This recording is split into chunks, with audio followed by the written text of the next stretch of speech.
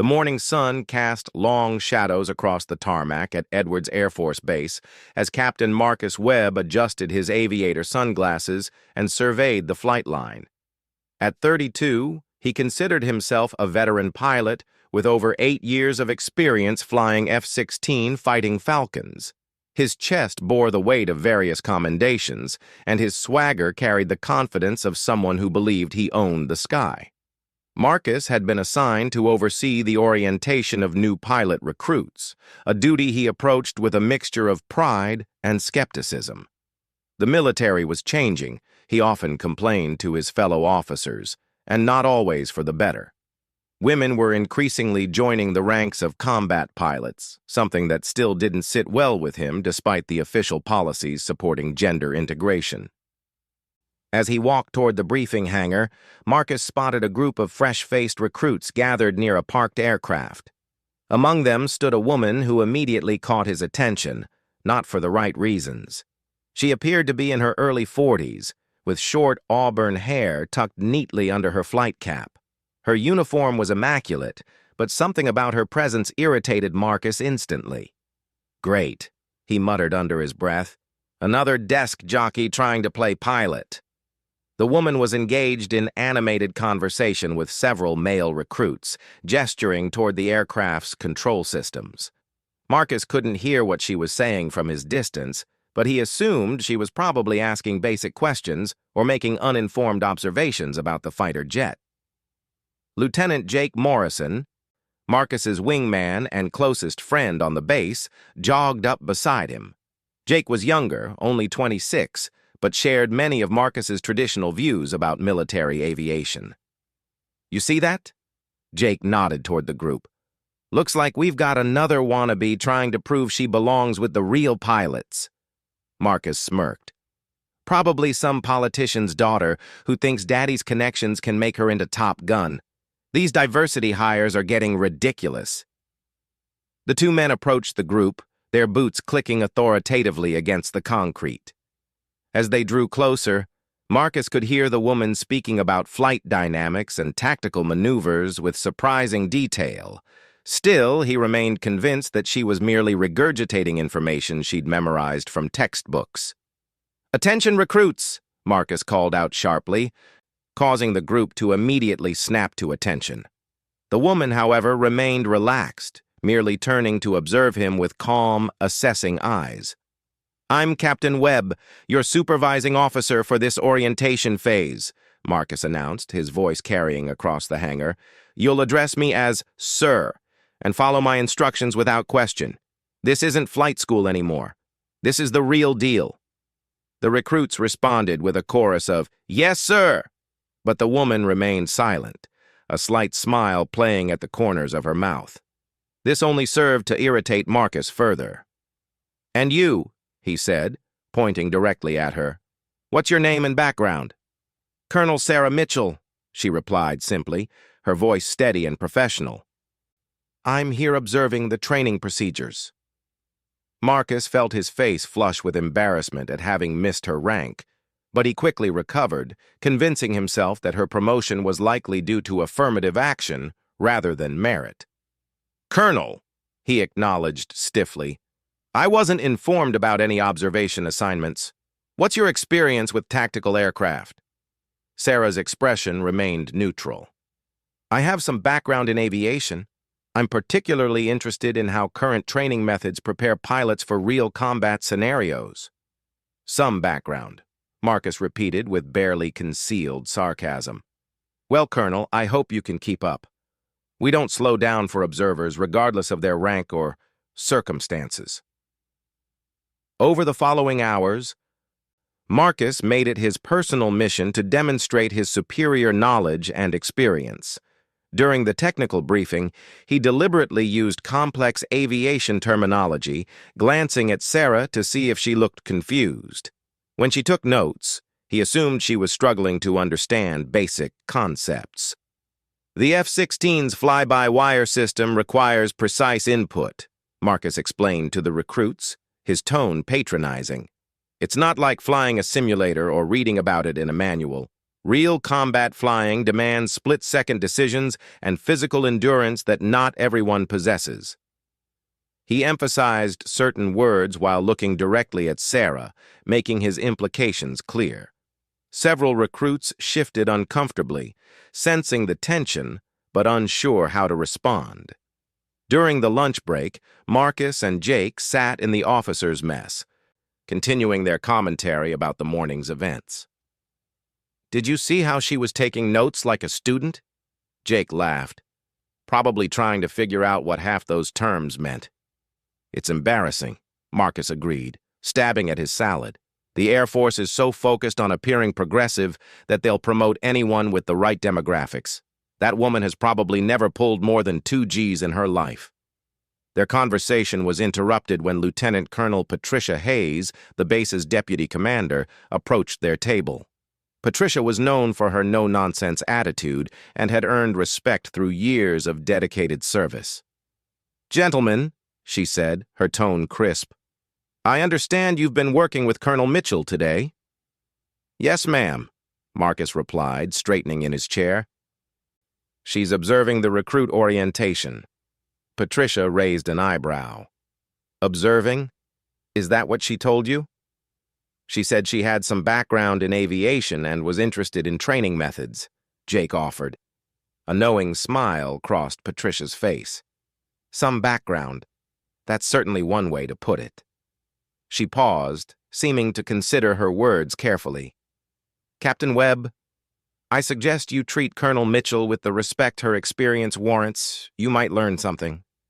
After Patricia left, Marcus and Jake exchanged confused glances. "What do you think that was about?" Jake asked. "Probably just covering for another political appointee," Marcus dismissed. "These senior officers have to stick together." The afternoon session took place in the flight simulator, where recruits would practice basic maneuvers and emergency procedures.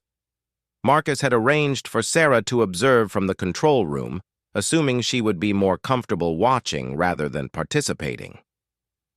"The simulator can be intense for observers," Marcus explained condescendingly. "The G-force effects and rapid movements sometimes cause motion sickness, especially for those not accustomed to high-performance flight." Sarah nodded politely. "I appreciate your concern, Captain. I think I'll manage." As the first recruit climbed into the simulator, Marcus began his standard demonstration routine. He was known for being an excellent instructor when he chose to be, and his knowledge of aircraft systems was genuinely impressive. However, his need to show off in front of Sarah led him to become increasingly dramatic in his explanations. "Watch the altitude indicator," he commanded, pointing at the screen. "In a real dogfight, altitude is life. Lose your altitude awareness and you're dead. This isn't a video game where you get a second chance." Throughout the afternoon, Marcus continued his pattern of making veiled references to the supposed differences between real pilots and those who hadn't earned their wings through combat experience. He spoke about the physical and mental demands of aerial combat, the importance of quick reflexes, and the need for absolute confidence in high-stress situations. Sarah listened to everything without comment, occasionally asking thoughtful questions that revealed a surprisingly deep understanding of aviation principles. When she inquired about specific tactical maneuvers or emergency procedures, her questions were so precise that Marcus sometimes struggled to provide complete answers. "Interesting question about the inverted flat spin recovery," he said, after one particularly technical query. "That's pretty advanced material. Did you read about that somewhere?" "Something like that," Sarah replied mildly. As the day wore on, Marcus's confidence in his assessment of Sarah began to waver slightly. Her questions weren't those of a novice, and her understanding of complex flight dynamics seemed genuine. Still, he rationalized that she had probably studied extensively to prepare for her observation assignment. The final event of the day was a group discussion where recruits shared their impressions and asked questions about their future training. Marcus used this opportunity to deliver what he considered an inspiring speech about the dedication required to become a true fighter pilot. Flying these aircraft isn't just about technical knowledge, he proclaimed, standing before the seated group. It requires a warrior's mentality, the ability to make life-or-death decisions in milliseconds, and the physical strength to withstand forces that would crush civilian pilots. Not everyone has what it takes to be a real fighter jock. Throughout his speech, Marcus repeatedly glanced at Sarah, making sure she understood that his comments were partially directed at her. She remained attentive but showed no signs of being intimidated or offended. One of the younger recruits, Second Lieutenant Amanda Chen, raised her hand tentatively. "Sir, what about the female pilots who are already flying combat missions? How do they handle those challenges?" Marcus's expression tightened slightly. "There are some women flying military aircraft, yes, but the standards, well, let's just say the military has been under pressure to make certain accommodations. In my experience, the most successful pilots are those who've earned their positions through traditional merit." Sarah shifted in her chair, and for the first time all day, Marcus thought he detected a flash of something in her eyes. Anger, perhaps? Or amusement? He couldn't tell, but the look made him slightly uncomfortable. "Captain Webb," Sarah said quietly, "what would you consider traditional merit in aviation?" The question caught Marcus off guard. It seemed simple, but something in her tone suggested it was more complex than it appeared. "Well," he began, gathering his thoughts, "combat experience, obviously, time in tactical aircraft, proven performance under pressure, the ability to complete missions without relying on special considerations or modified standards." "Interesting perspective," Sarah replied. "And how would you evaluate a pilot who had logged over 3,000 flight hours in tactical aircraft, completed multiple combat deployments, and maintained a perfect safety record throughout their career?" Marcus felt a moment of uncertainty. The qualifications she described were impressive, regardless of the pilot's gender. "That would certainly be noteworthy," he admitted reluctantly. "What about someone who had trained other pilots, developed new tactical procedures, and been recognized by their peers as one of the most skilled aviators in their generation?" Now Marcus was truly confused. Why was Sarah asking such specific hypothetical questions? "That would represent exceptional qualifications," he said carefully. Sarah nodded thoughtfully. "I'm glad to hear you say that, Captain. Merit should indeed be the primary consideration in evaluating any pilot's capabilities." The discussion continued for another 30 minutes, but Marcus found himself increasingly distracted by Sarah's pointed questions and calm demeanor. Something about the interaction felt like a chess game, where he wasn't seeing all the pieces on the board. As the day concluded and the recruits were dismissed, Marcus approached Sarah with what he hoped appeared to be professional courtesy. "Colonel, I hope you found today's orientation informative. If you have any questions about our training procedures, I'm happy to provide additional details." "Thank you, Captain. I found it very enlightening," Sarah replied with that same subtle smile. "Your passion for aviation is evident. I'm sure tomorrow will be equally educational." That evening, Marcus sat in his quarters reviewing the day's events. Something nagged at him about Sarah Mitchell. Her questions had been too specific, her knowledge too detailed for someone who supposedly had only some background in aviation. Yet he couldn't shake his initial impressions and assumptions. He pulled up the base directory on his computer and searched for Colonel Sarah Mitchell. Her basic information appeared, but her assignment history and detailed background were marked as classified at a level above his clearance. This was unusual for a simple observer. "Probably some Pentagon desk job," Marcus muttered, but doubt was beginning to creep into his certainty. Meanwhile, in the base commander's office, Brigadier General Robert Harrison was reviewing reports from the day's activities. His aide, Major Kevin Torres, knocked and entered with a concerned expression. "Sir, I've received some interesting feedback about today's recruit orientation, Major Torres said carefully. Oh, what kind of feedback?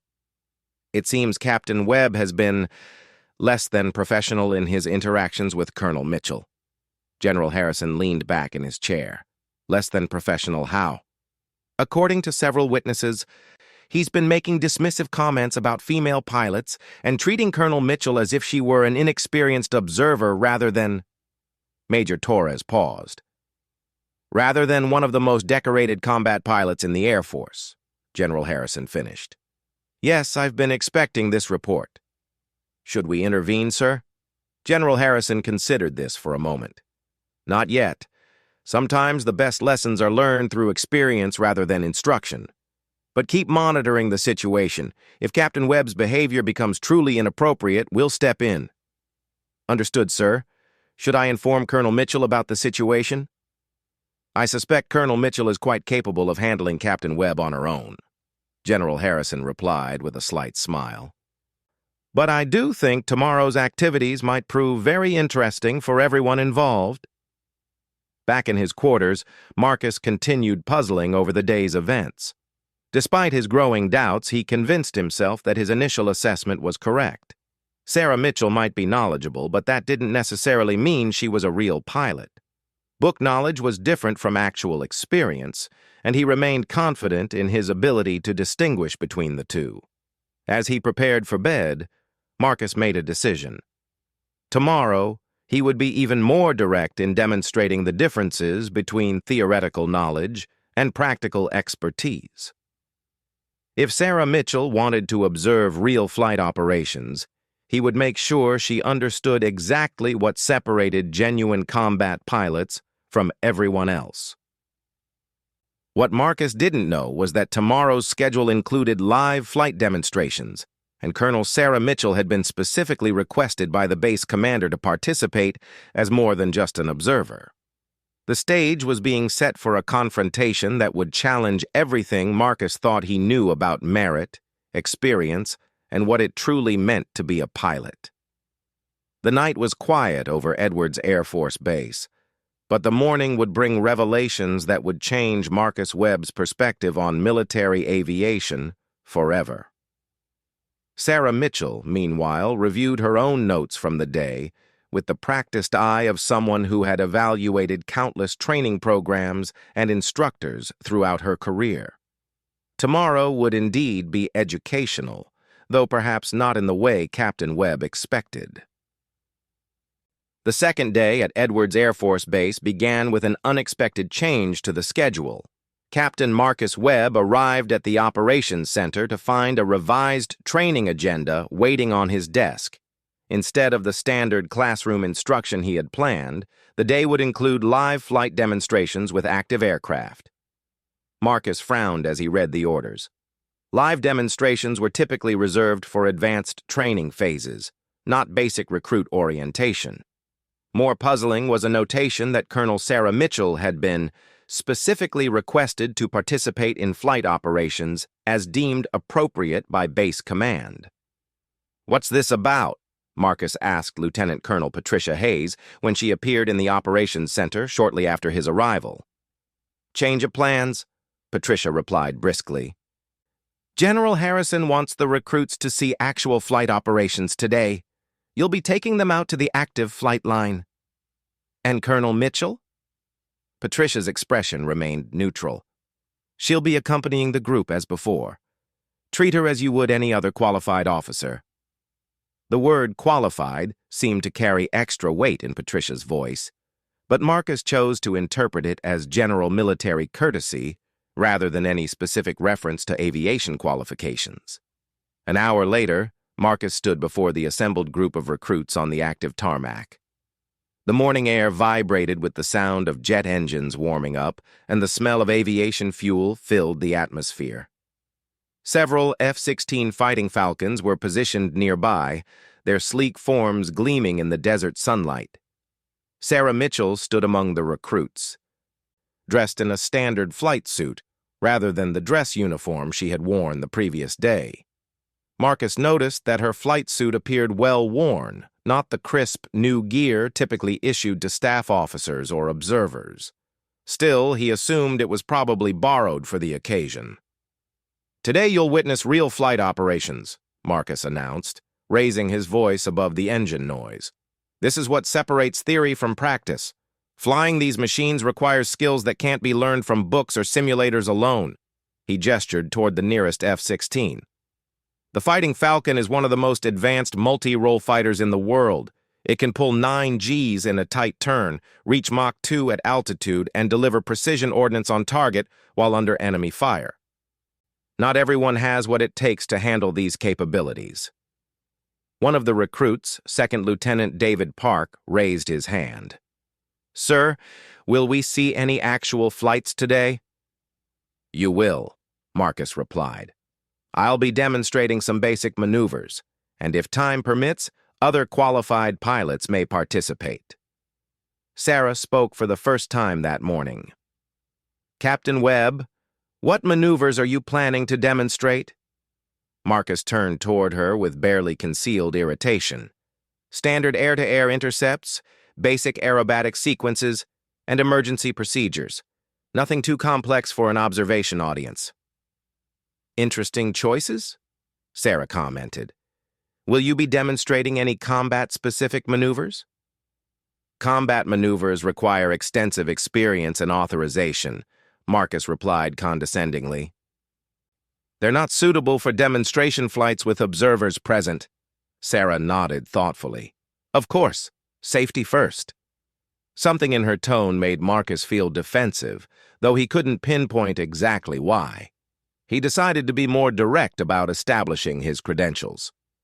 "Colonel, I should mention that I have over 2,000 flight hours in tactical aircraft, including combat time over Afghanistan. I've been qualified as an instructor pilot for 3 years and have trained dozens of successful fighter pilots. I think I understand what's appropriate for demonstration purposes." "I'm sure you do," Sarah replied mildly. 2,000 hours is quite respectable." The casual way she said respectable irritated Marcus further. It sounded almost patronizing, though her expression remained neutral. The first demonstration flight proceeded without incident. Marcus performed competently, executing clean turns and standard maneuvers while maintaining radio contact with the ground observers. Through his headset, he provided running commentary about control inputs, G-forces, and tactical considerations. After landing, Marcus rejoined the group with visible satisfaction. The flight had gone exactly as planned, and he felt confident that he had impressed both the recruits and Colonel Mitchell with his piloting skills. "As you saw," he told the assembled group, "real fighter operations require precise control and constant awareness. The aircraft responds to every input, and there's no margin for error." Lieutenant Chen, who had asked about female pilots the previous day, raised her hand again. "Sir, are there specific physical differences that affect how different pilots handle these aircraft?" Marcus seized on the question as an opportunity to make his point more explicitly. "Absolutely. G-tolerance varies significantly between individuals. Combat maneuvering can subject pilots to forces exceeding 8 Gs, which can cause loss of consciousness if you're not properly conditioned. Physical strength is also crucial for controlling the aircraft under stress." He glanced meaningfully at Sarah as he continued. "The military has had to make certain accommodations for pilots who don't meet traditional physical standards. Modified training programs, adjusted mission assignments, that sort of thing." Sarah's expression remained impassive, but several recruits looked uncomfortable with the direction of the conversation. "Captain Webb," Sarah said quietly, "what would you consider the most challenging aspect of fighter aviation?" Marcus welcomed the opportunity to elaborate on his expertise. "Combat situational awareness," he replied immediately. "In a real engagement, you're processing multiple threats, friendly positions, weapon system status, fuel consumption, and tactical communications simultaneously, all while pulling Gs and making split-second life-or-death decisions. It requires a very specific type of mental toughness." And how would you evaluate that mental toughness in other pilots? Experience under fire, Marcus said firmly. You can simulate all you want, but nothing replaces actual combat operations. That's where you separate the real pilots from the pretenders. Sarah nodded slowly. Experience is certainly valuable. Tell me, Captain, how many combat sorties have you flown? Marcus felt a flush of pride.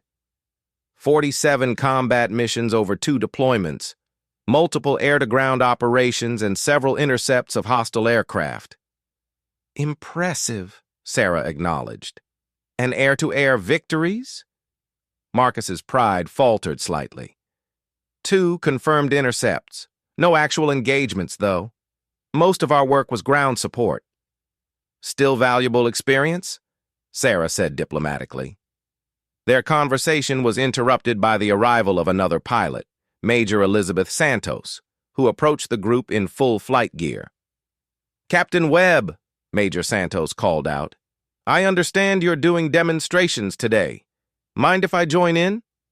Marcus recognized Major Santos as one of the base's most skilled pilots, with a reputation for aggressive flying and tactical innovation.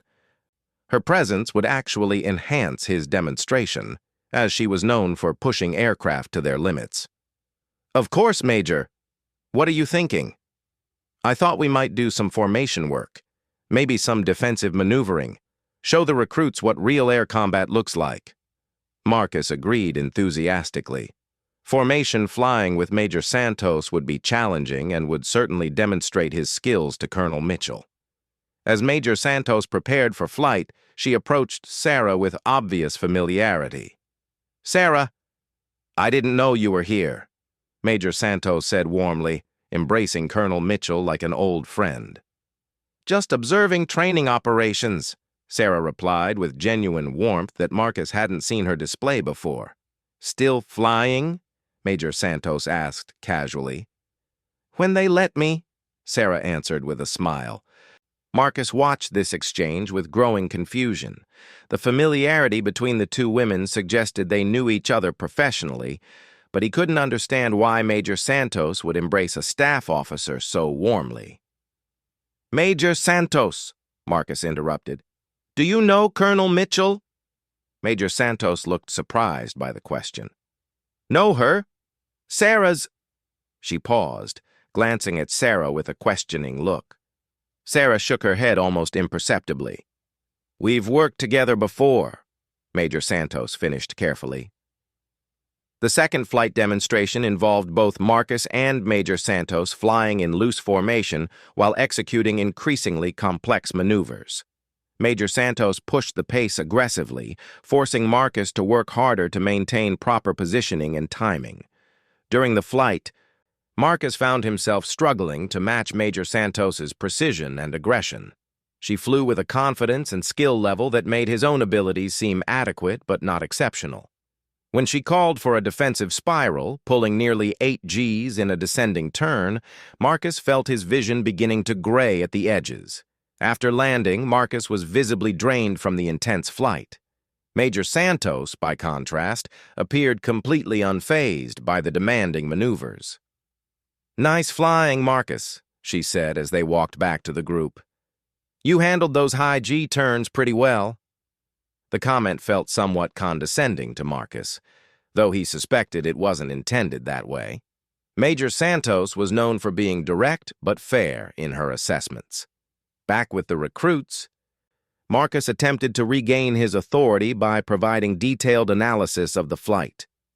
As you saw, formation flying requires constant communication and mutual trust between pilots. Major Santos is one of our most experienced aviators, which is why I was able to demonstrate those advanced maneuvers with confidence. Sarah spoke up from her position among the recruits. Major Santos, how long have you been flying tactical aircraft? About 8 years now, Major Santos replied. Started right out of flight school and worked my way up through various assignments. 8 years, Sarah repeated thoughtfully. And you feel comfortable with high G maneuvering? Major Santos laughed. Most days. Though I have to admit, some of the pilots I've flown with make me feel like a rookie. There are aviators out there who can pull moves that seem impossible until you see them do it. Marcus sensed an opportunity to reassert his expertise. That's the difference between good pilots and exceptional ones. True mastery comes from years of experience and natural ability that can't be taught. Absolutely, Major Santos agreed. I remember flying with one pilot who could make an F-16 dance like it was alive. Pulled off maneuvers that shouldn't have been possible according to the textbooks. Watching that kind of flying changes your perspective on what's achievable. Military aviation history is full of legendary pilots, Marcus added, warming to the topic. Chuck Yeager, Robin Olds, guys who pushed the boundaries of what was possible. That tradition continues today, though it's getting harder to find pilots with that level of natural talent. Sarah had been listening intently to this conversation. Captain Webb, when you think about legendary pilots, do you consider any modern female aviators to be in that category? Marcus hesitated. The question was clearly a test of some kind, but he wasn't sure how to answer without appearing either sexist or politically correct. There are certainly some capable female pilots serving today, he said carefully, though I think the truly legendary figures tend to be those who've proven themselves in the most demanding situations. Such as? Well, combat leadership roles, test pilot programs, situations where the stakes are highest and the margin for error is smallest. Sarah nodded thoughtfully. Those are certainly demanding assignments. I imagine they require exceptional qualifications and extensive experience. Exactly. Not everyone can handle that level of responsibility. Major Santos had been watching this exchange with growing interest. Her expression suggested she was finding something amusing about the conversation, though Marcus couldn't determine what. The afternoon schedule included a visit to the test pilot facilities, where experimental aircraft were evaluated and new flight procedures developed. Marcus was excited about this opportunity, as test pilot operations represented the pinnacle of aviation expertise in his mind. As the group toured the test pilot hangar, they encountered Commander Jessica Rodriguez, a Navy test pilot who was temporarily assigned to Edwards for an experimental program. Commander Rodriguez was known throughout the military aviation community for her work on advanced flight systems and her reputation as one of the most skilled pilots of her generation. Captain Webb, Commander Rodriguez greeted him professionally. I understand you're showing recruits around today. Yes, ma'am. They're getting a comprehensive look at flight operations. Commander Rodriguez's attention was drawn to Sarah Mitchell, who was examining a prototype aircraft with obvious interest. Excuse me, Commander Rodriguez said, approaching Sarah directly. I couldn't help but notice your interest in the avionics modifications. Are you familiar with this type of system integration? Sarah looked up from the aircraft. I've seen similar configurations before. The sensor fusion approach is interesting, though I wonder about the pilot workload implications during high-stress situations. Commander Rodriguez's eyebrows rose at the technical specificity of Sarah's comment. That's exactly the issue we're trying to address. The cognitive load can be overwhelming if the interface design isn't intuitive. Marcus listened to this technical discussion with growing frustration. Once again, Sarah Mitchell was demonstrating knowledge that seemed inconsistent with her supposed role as an observer. Colonel Mitchell, Marcus interrupted, you seem quite knowledgeable about test pilot procedures. Have you worked with experimental aircraft before?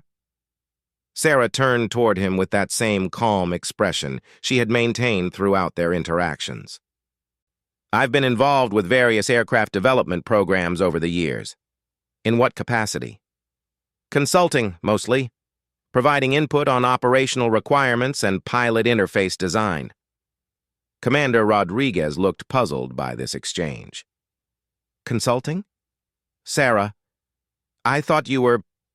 Sarah caught Commander Rodriguez's eye and shook her head slightly, the same subtle signal Marcus had observed her give Major Santos earlier.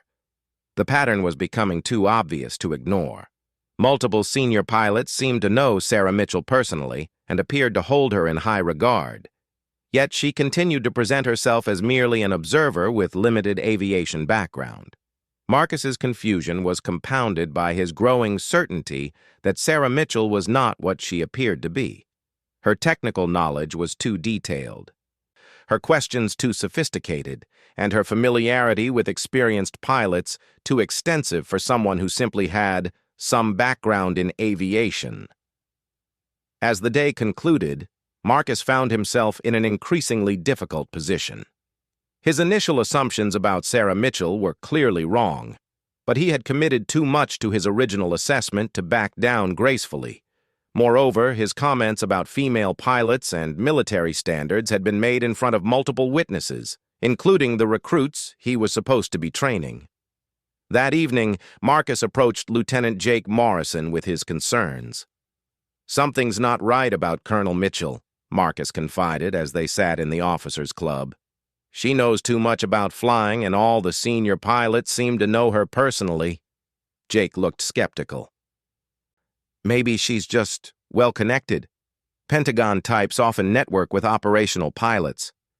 It's more than that. The way Rodriguez and Santos acted when they saw her, it was like they recognized her from somewhere specific." "So what are you thinking?" Marcus struggled to articulate his growing suspicions. "I think she might actually be a pilot. Maybe not a great one, but someone with more experience than she's letting on." "Why would she hide that?" "I don't know. Maybe she's testing how we treat female officers or evaluating our training methods. Either way, I think I've been set up." Jake considered this possibility. "What are you going to do about it?" Marcus took a long drink from his beer before answering.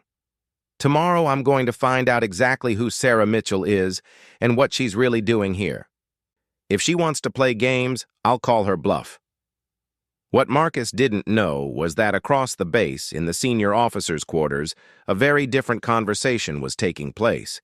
General Harrison, Major Santos, Commander Rodriguez, and several other senior pilots were gathered for what appeared to be a casual social evening, but was actually a briefing on the previous 2 days' events. "How bad has it been?" General Harrison asked Sarah directly.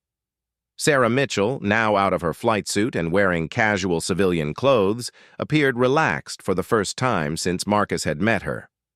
"About what I expected," she replied. "Captain Webb is a competent pilot but has some significant blind spots regarding female capabilities in combat aviation." "The recruits have been taking it all in," Major Santos added. "Lieutenant Chen asked me privately about Webb's comments regarding modified standards for women. She seemed concerned about how accurate his information was." General Harrison nodded gravely. "That's exactly why we needed this evaluation. Captain Webb's attitudes may be affecting how we're training the next generation of pilots." "Tomorrow should be interesting," Sarah observed. "I suspect Captain Webb is going to be more direct in his challenges. He's figured out that I'm not just an observer. Are you ready for that?" Sarah Mitchell smiled, and for the first time since Marcus had met her, the expression reached her eyes completely. "General, I've been ready for that conversation my entire career." The third day at Edwards Air Force Base dawned clear and bright, with perfect conditions for flying. Captain Marcus Webb had spent a sleepless night rehearsing his plan to confront Colonel Sarah Mitchell about her true qualifications. He was determined to expose what he believed was her deception and restore his credibility as an instructor. Marcus arrived early at the Flight Operations Center, hoping to catch Colonel Mitchell alone before the day's activities began. He found her in the pilot's ready room, studying weather reports and flight charts with the focused attention of someone planning an actual mission rather than merely observing training exercises. "Colonel Mitchell," Marcus said, his voice carrying a new edge of confrontation, "I think we need to talk." Sarah looked up from the charts with her characteristic calm expression. "Of course, Captain." "What's on your mind?" Marcus closed the door behind him and turned to face her directly. I know you're not just an observer. The way other pilots treat you, your technical knowledge, your familiarity with flight operations, you're more than you're pretending to be. Sarah set down the chart she had been reviewing and gave Marcus her full attention. What exactly are you suggesting, Captain? I think you're a pilot. Maybe not a combat pilot, but someone with flight experience who's been sent here to evaluate our training methods or test our attitudes toward female officers. Sarah's expression didn't change, but Marcus thought he detected a slight shift in her posture, as if she were preparing for something. And if that were true, she said carefully, how would that change your approach to this training exercise? Marcus felt his anger building. It would mean you've been lying to me and the recruits from the beginning. It would mean this whole thing has been a setup designed to make me look bad. Captain Webb, Sarah said, standing up slowly, I have never lied to you.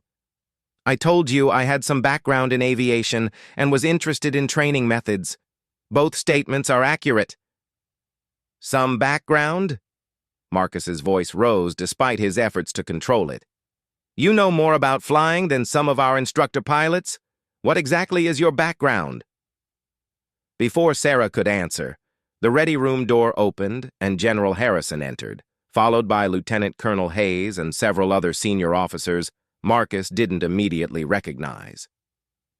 The atmosphere in the room suddenly became formal and tense. Captain Webb, General Harrison said briskly, I understand you have questions about Colonel Mitchell's qualifications. Marcus felt trapped, but committed to his course. Yes, sir. I believe Colonel Mitchell has been misrepresenting her experience and purpose here. General Harrison's expression remained neutral. I see. And what leads you to that conclusion? Her technical knowledge is too extensive for someone who supposedly just observes training. Other pilots clearly know her from previous assignments. She's been asking questions that suggest operational experience, not academic interest. One of the officers Marcus didn't recognize stepped forward. Captain Webb, I'm Colonel James Patterson, commander of the Air Force Test Pilot School. I'm here because General Harrison thought I should witness this conversation personally. Marcus felt a chill of apprehension. The presence of such senior officers suggested this situation was more serious than he had anticipated. Colonel Mitchell, General Harrison continued, perhaps you could clarify your background for Captain Webb. Sarah looked around the room at the assembled officers, then back at Marcus. Captain Webb, you're correct that I have more than some background in aviation. I've been flying military aircraft for 22 years. Marcus felt a moment of vindication mixed with growing unease. What aircraft? What assignments? I started in F-15 Eagles, then transitioned to F-16s like the ones you've been demonstrating. I've logged over 4,000 flight hours in tactical aircraft, including multiple combat deployments to Afghanistan, Iraq, and Syria. Marcus's mouth went dry. 4,000 hours was twice his own experience, and the combat deployments she mentioned included some of the most demanding operational environments of the past 2 decades. Sarah continued in the same calm voice. I've completed the Air Force Test Pilot School, where I was the top graduate of my class. I've served as a squadron commander, led combat missions, and been responsible for developing training protocols that are currently used throughout the Air Force. What? What rank? Marcus managed to ask, though he was beginning to suspect the answer would be devastating. Colonel Patterson stepped forward. Captain Webb, you've been addressing Brigadier General Sarah Mitchell, one of the most distinguished combat pilots in the United States Air Force. The words hit Marcus like a physical blow. General. Not just a colonel, but a general officer. One of the highest-ranking female pilots in military history, standing in front of him while he had spent 3 days explaining basic aviation concepts to her as if she were a curious civilian. General Mitchell, Colonel Patterson continued. Has 73 combat missions to her credit, including air-to-air victories that remain classified. She's a graduate of the Navy's Top Gun program, the Air Force Weapons School, and has served as a test pilot on programs involving our most advanced fighter aircraft. Marcus felt the room spinning around him. Every condescending comment, every explanation of basic flight principles, every implication that women couldn't handle combat aviation, all of it directed at someone whose qualifications and experience far exceeded his own. "Sir," Marcus whispered, his voice barely audible. "I didn't know." General Harrison's expression remained stern. "Captain Webb, General Mitchell has been conducting an evaluation of our training methods, specifically how we prepare new pilots and how we treat female aviators. Your behavior over the past 3 days has been illuminating." Sarah Mitchell, General Mitchell, finally spoke again. "Captain Webb, when I told you I had some background in aviation, I was being modest, not deceptive. When I said I was interested in training methods, I was being honest about my mission here. I never claimed to be anything other than what I am." Marcus tried to process what he was hearing. "But you let me explain basic flight principles to you. You acted like you didn't know. I listened to your explanations because I wanted to understand how you teach and what assumptions you make about different types of pilots," General Mitchell replied. "Your teaching methods revealed a great deal about your underlying attitudes." Lieutenant Colonel Hayes stepped forward with a folder in her hands. "Captain Webb, we have transcripts of your comments over the past 3 days. Comments about diversity hires, modified standards for women, the physical limitations of female pilots, and your repeated implications that women in combat aviation are somehow less qualified than their male counterparts." Marcus felt sick. Everything he had said, all his casual dismissals and condescending explanations, had been delivered to one of the most qualified pilots in the entire military. "General Mitchell," Marcus said desperately, I apologize. I had no idea about your background. If I had known—" General Mitchell's expression softened slightly, but her voice remained firm. "Captain Webb, that's exactly the problem.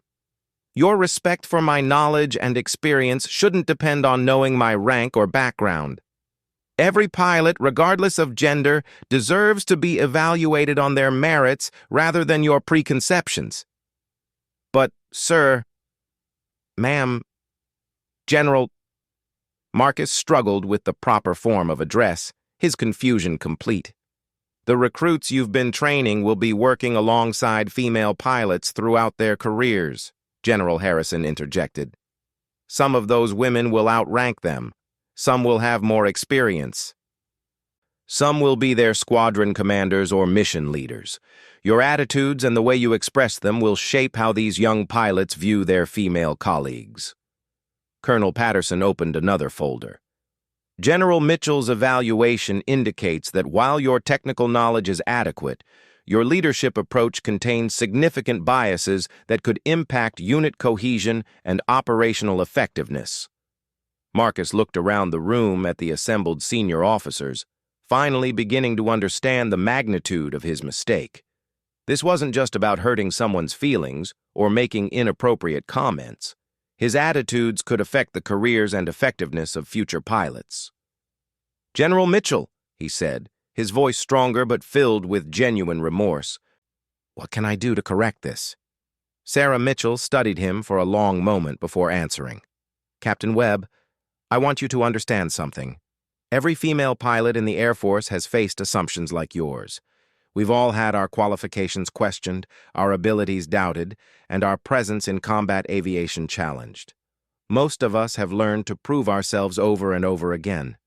She paused, letting her words sink in. "The difference is, most of us don't have the luxury of revealing our background to change people's minds. We have to earn respect through our actions, often while overcoming the exact prejudices you've demonstrated." Marcus nodded, beginning to grasp the broader implications of his behavior. "Here's what's going to happen," General Harrison announced. Captain Webb, you will undergo comprehensive training on diversity, inclusion, and leadership. You will also spend the next month working directly with some of our most experienced female pilots to observe their capabilities firsthand. Additionally, Colonel Patterson added, you will write a detailed report on your experiences during this evaluation, including your assumptions, their impact on your teaching methods, and recommendations for improving how we train instructors to work with diverse groups of pilots. Lieutenant Colonel Hayes stepped forward with paperwork. This incident will be documented in your personnel file, Captain Webb. However, if you demonstrate genuine growth and changed behavior, it won't necessarily impact your career progression. Marcus accepted the papers with shaking hands. Yes, sir. I understand. General Mitchell approached him directly. Captain Webb, I want you to know that I don't consider you a bad person. Biases are learned, which means they can be unlearned. The question is whether you're willing to do the work required to change. I am, General. Absolutely. Good. Because tomorrow you're going to meet some of the female pilots I've worked with over the years. You'll fly with them, learn from them, and see firsthand what excellence looks like regardless of gender. At that moment, the ready room door opened again, and the recruit class filed in for their final day of orientation.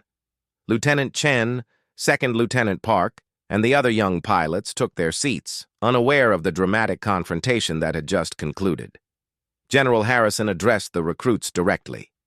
Ladies and gentlemen, I want to introduce you to Brigadier General Sarah Mitchell, who has been observing your training this week. The recruits immediately snapped to attention, their eyes wide with surprise and recognition. General Mitchell stepped forward, and for the first time in 3 days, Marcus saw her in her full authority. Her presence filled the room with quiet confidence and unmistakable command presence. At ease, General Mitchell told the recruits. I've been impressed with your dedication and professionalism during these orientation sessions. You represent the future of Air Force aviation, and that future is bright. She gestured toward Marcus, who was still struggling to process recent events. Captain Webb has been your instructor for this orientation. While his technical knowledge is solid, I hope you've also learned some lessons about the importance of treating all pilots with respect and evaluating people based on their abilities rather than assumptions. Lieutenant Chen raised her hand tentatively. General, sir, ma'am, may I ask a question? Of course. When Captain Webb was talking about physical limitations and modified standards for women, was that accurate? General Mitchell smiled, and Marcus caught a glimpse of the warmth she had shown with Major Santos and Commander Rodriguez. Lieutenant Chen, let me tell you about physical standards in aviation. Every pilot, regardless of gender, must meet the same basic requirements for G-tolerance, visual acuity, reflexes, and physical coordination. The aircraft doesn't care about the pilot's gender. It responds to skill, training, and decision-making. She looked around the room, making eye contact with each recruit. Some of the best pilots I've served with have been women. Some have been men. What they all shared was dedication, continuous learning, and respect for their fellow aviators. Second Lieutenant Park raised his hand. General Mitchell, what advice would you give us about working with diverse teams? Evaluate everyone based on their performance, not your preconceptions. Ask questions instead of making assumptions.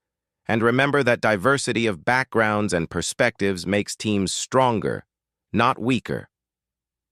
Marcus watched this interaction with growing admiration for General Mitchell's handling of the situation.